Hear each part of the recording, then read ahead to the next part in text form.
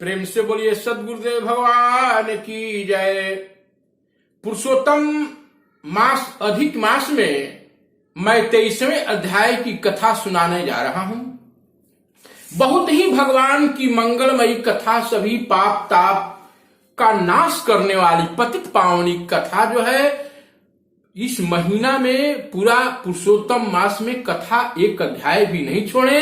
और हमारे चैनल रविंद्र पांडे के नाम से जो है उसमें पूरी कथा जो है इसमें वीडियो प्ले में जाकर के देखिए, एक भी अध्याय इसमें छूटने न पावे। तो आइए, कहने से कथा पहले और सुनने से पहले भगवान नाम के उच्चारण के साथ हम कथा में प्रवेश करते हैं। आदौ देवकी देव गर्भ जननम गोपी गृह वर्धनम माया पूतन जीवितापहरणम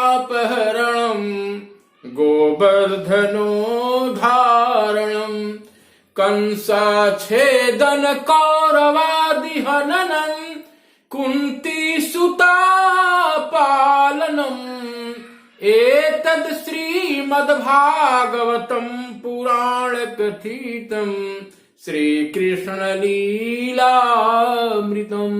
प्रेम से बोलिए जुगल चरण कमल भ्यो नमः श्री राधा कृष्ण भगवान की जय। दृढ़धनवा राजा को वाल्मीकि जी पुरुषोत्तम मास के व्रत पूजा विधि विधान जब बता दिए तो दृढ़धनवा राजा बोल रहे हैं कि प्रभु इस व्रत में जो है दीप दान का क्या महत्व है। तो वाल्मीकि जी बोले, संत जो हैं जीने की युक्ति बता देते हैं। संत जो हैं इसीलिए धराधाम पर आते हैं कि हम जो अनेकों अनेक कुचक्र के जोनियों में महाराज फंसे हुए हैं वह याद आकर के दिलाते हैं कि यह जो है वास्तविक तेरा कार्य और वास्तविक कर्म धर्म ये नहीं है। भगवान के भगवतमय बुद्धि जब तक भगवान चित्त में न हो जाए उस मार्ग को प्रशस्त करने के लिए ऋषि महर्षि आते हैं। तो दुर्धर्मा बोलते हैं कि दीपदान का क्या महत्व है। तो उस समय बोले कि देखो यह कथा जो है 23वें अध्याय की 5 प्रकार के पापों को नाश करने वाली है। यह पूर्व जन्म में प्राचीन एक बहुत सुंदर कथा है। भाग्य नगर में चित्रबाहु नाम के राजा और उनकी पत्नी जो है चंद्रकला थी, 64 कलाओं से युक्त। वह जो है चित्रबाहु नाम के राजा महाराज धर्मपरायण, पूजा पाठ करने वाला और अपने प्रजाओं को, अपने साधु संत महात्माओं को, गरीबों को रक्षा करने वाला, सबके साथ मैत्री व्यवहार करने वाला, अतिथियों को सत्कार करने वाला, भगवान के भजन पूजा में अपना पूरे दिनचर्या को समाहित करने वाला, श्रीमन नारायण गोविंद के चरणों में व्रत पूजा उपवास करने वाला बहुत ही प्रतापी राजा था। उसी रास्ते से उन्होंने देखा कि वहां पर अगस्त मुनि पधार गए। प्रथम भगति संतन कर संग, संत महाराज दरवाजे पर आ गए। जब संतों को देखा चित्रबाहु नाम के राजा तो पूरा साष्टांग दंडवत हो करके चरण धूलि माथे पर लगाने लगा। ओहो हमारे भाग कितने परम पवित्र हैं आज कि बिना परमात्मा के कृपा से कोई संत नहीं आता। महाराज जब जीवन में संत आते हैं, जब संत के प्रति जो वृत्तियां जगती है प्रेम प्यार की, तो भगवंत की कृपा समझनी चाहिए। उन्होंने अर्घ्य, फाद्य, पूजन, नैवेद्य आदि से, फल फूल कंदमूल से पति पत्नी ने दोनों बहुत ही स्वागत अपने यहां किया। जब स्वागत किया तो उन्होंने बोला कि परम वैष्णव बहुत भाग्य से मिलते हैं। महाराज आप ऐसा कीजिए कि हाथी घोड़ा रथ सामग्री सम्राट और हमारे जितने भी राजपाट हैं मैंने आपको दान में दिया प्रभु। हमने सुना है कि वैष्णव कोई संत मिल जाए तो अपना सर्वस्व उस पर अर्पण कर दो। अब आजकल के साधु कुछ ऐसे हैं, दान दे दो तो पूरा ले ये लेंगे। अब देखो अगस्त ऋषि क्या कहते हैं महाराज तुम्हारे भक्ति से मैं प्रसन्न हूं राजन, तुम्हारा दिया हुआ दान मैं प्रसाद के रूप में तुम्हें स्वीकार करता हूं, यह जो है राज भोगो। उन्होंने बोला महाराज हमारी इतनी पतिव्रता, राजा बोले अगस्त ऋषि से कि महाराज हमारी इतनी पतिव्रता स्त्री, हमको ईश्वर के समान मानने वाली, इतना राजपाट सुख वैभव, हमारे जीवन में कोई दुख की छाया नहीं है। बोले कि तुम तो भगवान के भक्त हो, तुमको कैसे छाया हुई? लेकिन नहीं नहीं, यह किस जन्म में किस पुण्य के प्रभाव से सब हुआ प्रभु, मैं आपके मुख से सुनना चाहता हूं। वे बोले कि देखो राजन, मैं तुम्हारे पूर्व जन्म का जो है चरित्र सुनाता हूं। चमत्कारपुर नगर में मणिग्रीव नाम के शूद्र जाति के घर में तुम्हारा जो है जन्म हुआ था, और तुम्हारी पत्नी जो थी बहुत पतिव्रता थी। तुमने अनेकों कर्म, चोरी, जुआ, डाका, किसी का धन डालना, मारना, पीटना, सारे कुकर्म को किया, परमात्मा को कभी स्मरण नहीं किया। यह सबसे क्या हुआ कि राजा ने तुम्हारे धन को ले लिया, जो कुछ बचा वो तुम्हारे इष्ट मित्र कुटुंब ने ले लिया, और राजा ने गांव छोड़ करके तुमको भगा दिया।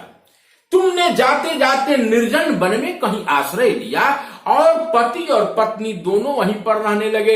लेकिन उस स्थिति में भी पत्नी तेरा साथ नहीं छोड़ी, और जब कुछ दिन वहां जंगलों में वन्य पशु जीव को हत्या करके और उसको मार करके तुम मांस खा करके अपना जीवन व्यतीत करते थे, और उसी समय उग्रदेव नाम के संत जो है प्रयाग जी जा रहे थे, और उन्होंने भूख पिपासा से व्याकुल होकर के उस जंगल में वहीं पर गिर पड़े, छटपटाने लगे। अब वो मरने ही वाले थे, तब तक जो है इसको देख करके दया आ गई। मणिग्रीव जो था जंगल में, इसको दया आ गई।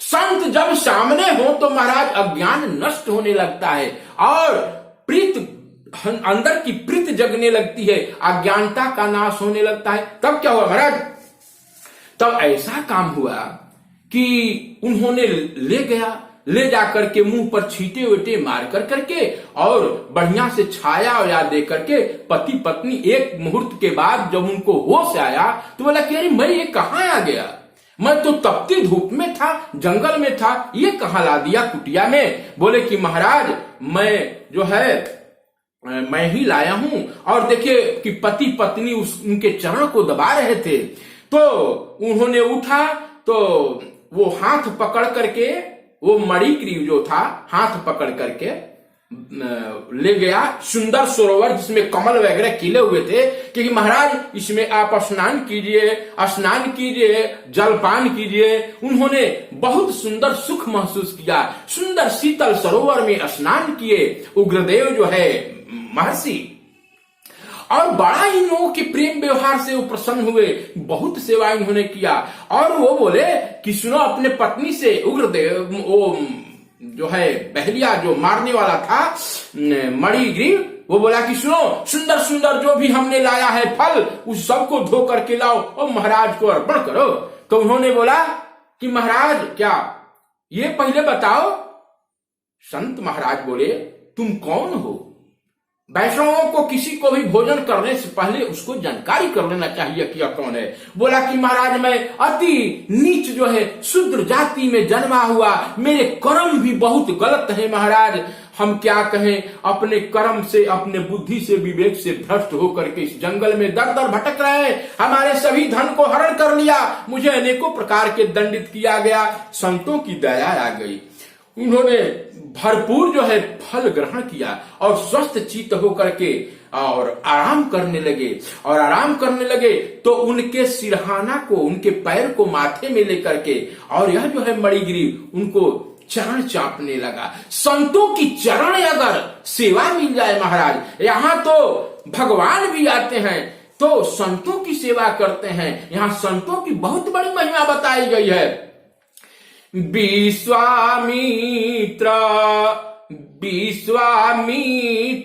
शयन जब जाई, विश्वामित्र मुनि को राम जो यहाँ विश्वामित्र शयन जब जाई, अलग चरण चापन दो भाई। उसी तरह से मणिग्रीव जो है वो संतों का चरण चापने लगा, हृदय बहुत द्रवित हो गया। बोला कि बेटा मैं तो जा रहा हूं, अब तो कहां जा रहे हैं महाराज? मैं तो प्रयागराज जा रहा था बेटा, लेकिन अगर तुम न होता तो मेरे प्राण की रक्षा न होती।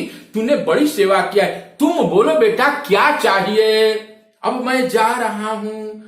दोनों आदमी का हृदय गदगद हो गया। यह जो है 2-4-10 मिनट का मिलन जो है बड़ा प्रेम हो गया। यहीं से कथा 23वां अध्याय समाप्त होता है। आगे जानने के लिए 24वां अध्याय में हम प्रवेश करेंगे महाराज। और इसी के साथ में कथा का समापन करता हूं। हमारे चैनल को सब्सक्राइब और लाइक कीजिए। और एक बात है कि अब कथा की धार है, आगे नहीं बढ़ा सकता हूं इसलिए कि लंबा हो जाएगा। इसी के साथ मैं वाणी का विराम देता हूं। प्रवाह इतनी भावें आती हैं, लेकिन समय आप लोगों के पास सुनने के लिए भी नहीं हो।